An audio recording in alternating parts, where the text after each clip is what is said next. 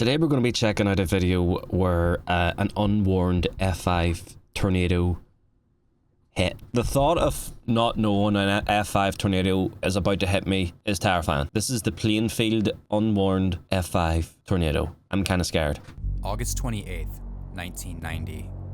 The sky grows dark over the small town of Plainfield, Illinois. Yeah, no one knows thousands nothing. Of residents carry on with their daily activities, completely unaware that just to their northwest, one of the worst tornadoes in US history is racing directly towards them. Wait, how do we not see it?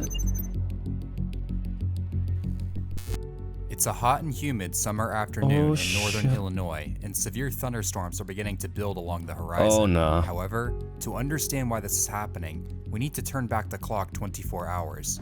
Okay. It's August 27th, and the ingredients for a potent severe weather day are beginning to fall into place over the Midwest.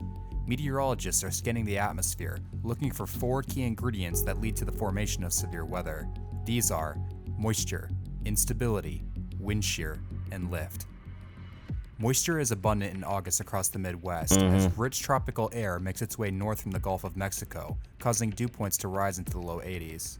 This extremely moist air, along with high surface temperatures from the summer heat, are creating an extremely unstable air mass with the amount of convective available potential energy, or CAPE, rising to an unbelievable 8,000 joules per kilogram, over 8 times what is needed for a thunderstorm to form. In addition to the explosive instability, a low-pressure system and cold front are moving in from the northwest, bringing in a broad trough of fast-moving winds in the mid-levels of the atmosphere. You'll be honest though, what do you actually do if you get hit by an F5 tornado and you didn't even know it was coming? Like, you're sitting there eating a sandwich, watching the TV, and all of a sudden you're in an F5.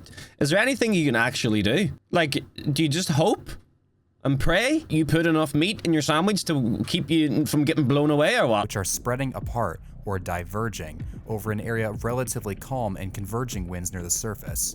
This difference in wind speeds at different levels of the atmosphere is called wind shear, and helps to both force air near the surface to start rising and organizes a thunderstorm by tilting it on its side and separating the storm's updraft from its downdraft, preventing the storm from collapsing on itself and allowing it to persist for extended periods of time.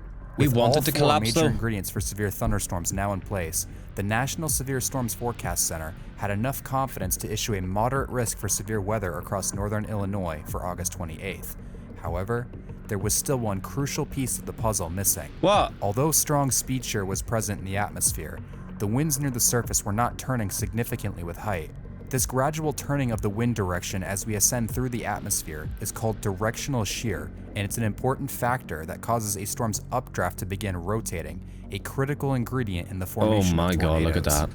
With this important directional shear missing, the meteorologists at the Storms Forecast Center issued a severe thunderstorm watch at 1:30 p.m., anticipating a powerful line of severe storms to develop.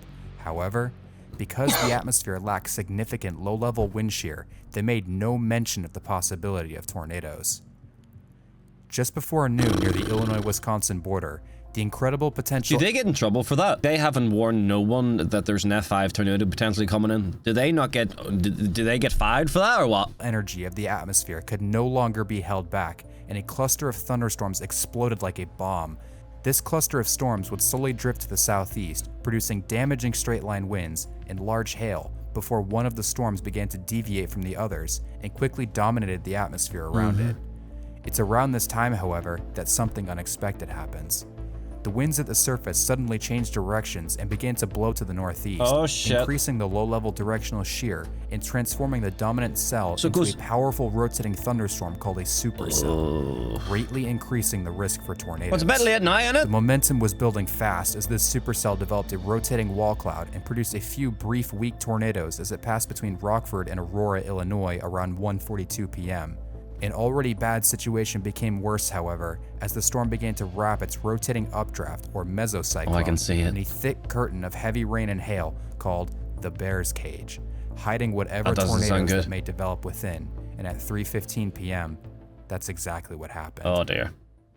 The newly formed twister started out as a weak F-Zero, doing little more than damaging crops and open fields and periodically causing more concentrated damage as the subvortices danced within the parent circulation. It's now 3:23 p.m., and the National Weather Service office in Chicago, unaware of just how dangerous the situation is becoming, decide to issue a severe thunderstorm warning for the areas downstream of the supercell, but decide not to include any mention of the possibility of tornadoes. What? With that decision, those in the path of the storm will have no warning of the invisible monster roaring towards them. Why the hell would they do that? The tornado continues moving to the southeast, gradually building its strength when something remarkable happens. The tornado's parent storm may have ingested a nearby outflow boundary, pulling in the spinning air that exists along the boundary and leading it directly to the tornado. Like spraying gasoline on a raging fire, the tornado exploded in intensity right as it began to close in on the subdivision of Wheatland Plains. Shit. The tornado would strike the small community at 3:25 p.m., displaying its terrifying power as it caused major damage to dozens of homes and completely sweeping away 12. Can we all just remember that nobody here knew this was even coming? So 1 minute they're having a great time, next minute they're underneath a fucking tornado. F5. Of them, scattering the remains of the structures the for scar. long distances downstream. The tornado also claimed its first life here, in addition to injuring dozens more. However, the tornado was far from finished with its rampage. As the tornado crosses 135th Street, it begins to shrink in size, yet as the tornado shrinks, the winds inside the vortex strengthen at a frightening pace, Oh my quickly becoming goodness, violent, man. and as the twister crosses West 143rd Street, it reaches its peak strength. The winds inside the core of the tornado are now roaring at over 260 miles per hour, easily placing the twister at the top of the Fujita scale, a rare F5. 160 The now miles an hour. F5 winds of the vortex flatten hundreds of yards of crops and drill into the earth, causing intense ground scouring and tearing away several inches of the soil before exiting the field outside of the town at 3:28 p.m.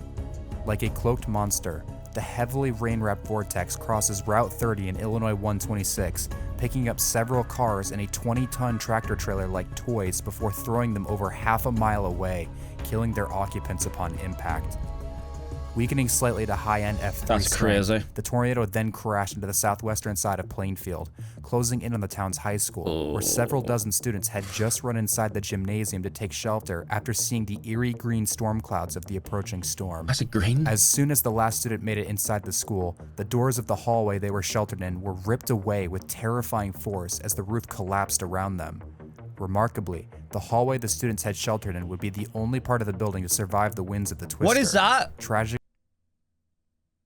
What is that? That better not be like one of those big containers. One of those massive steel containers. Is it? 2 maintenance workers, an administrator, and a teacher outside this hallway would be killed as the building collapsed around them.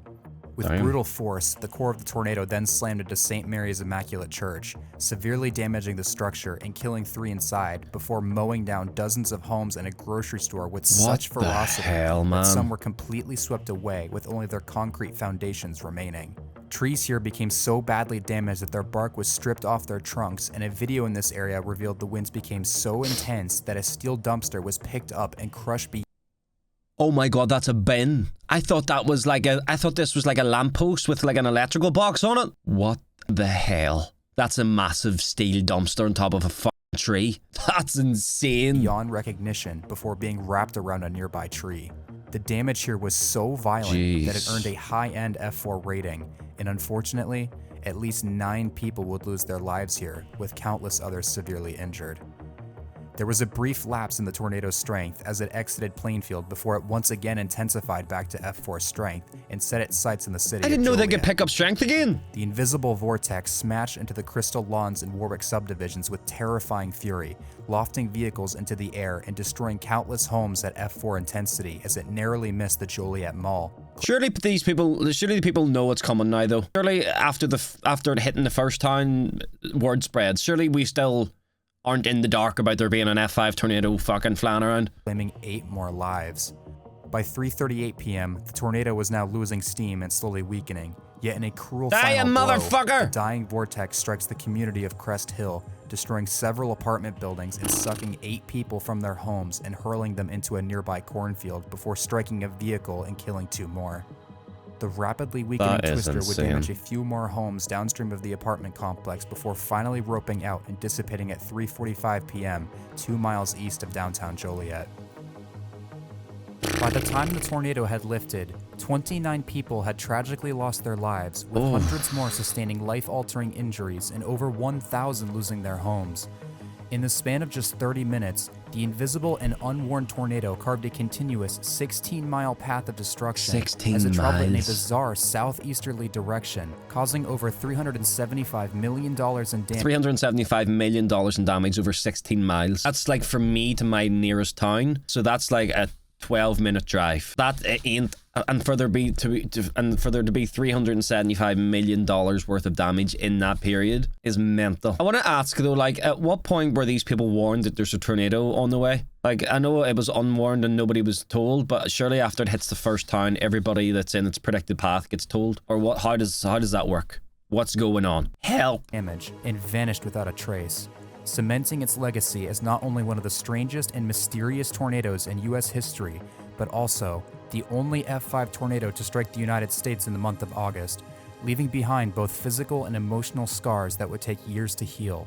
However, as the devastated communities began to pick up the pieces, one question lingered in the minds of the survivors. Where was the tornado warning? Where was it? As soon as the Plainfield tornado had lifted, questions about why there had been no tornado warning quickly began to mount among the survivors.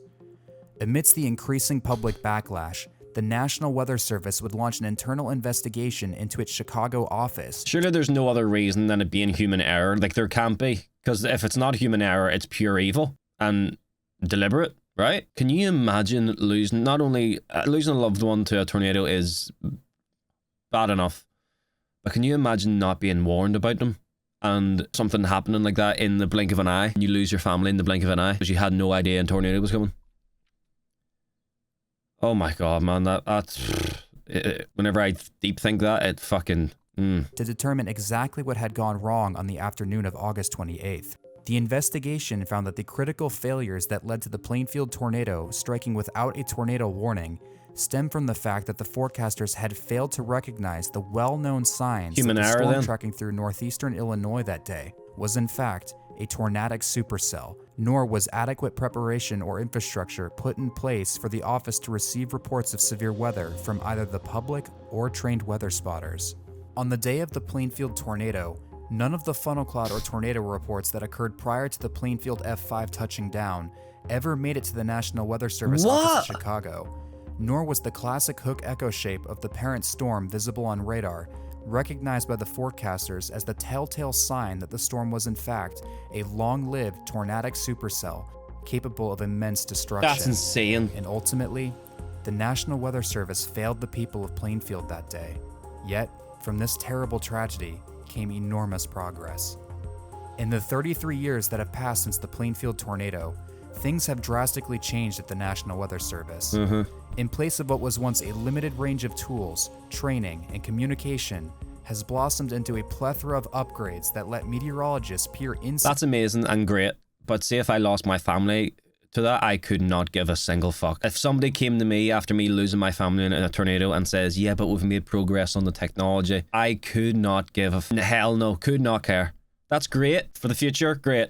But I don't give a fuck. That's what my sense in that would be. Inside a thunderstorm from both the skies above and the ground below. With the deployment of both an upgraded dual polarization Doppler radar and the use of an extensive network of volunteer storm spotters through programs like Spotter Network, Skywarn, and even social media, the National Weather Service can see exactly what is happening on the ground in real time and ensure that a disaster like Plainfield can never happen again. You ever notice it takes something really bad to happen for there to ever be progress though? Like, it's almost everything's always reactive in terms of like improving shit instead of being proactive and getting ahead of the game. That's a really heartbreaking video, man. It's really broke my heart. I can't lie, man. I can't imagine what that little old lady there hugging and crying at someone. I don't know, man. Yeah, that's really sad. Plainfield, the unwarned F5 tornado. These videos never get easier to watch, man. They are... Anyway, that was the Plainfield Unwarned F5 tornado, guys. I hope you enjoyed. That's the right word. I hope you guys enjoyed. I don't know what word I'm supposed to use, man. The video. But either way, if you watched this point, you must have liked it in some way. Guys, hey, thank you for your time. I appreciate it. If there's any tornado videos I should watch, put it in the comments. And before you go, I stream on Twitch. I do live reacts. We got loads of community of people like you. So there, check out the link in the pinned comment. Goodbye.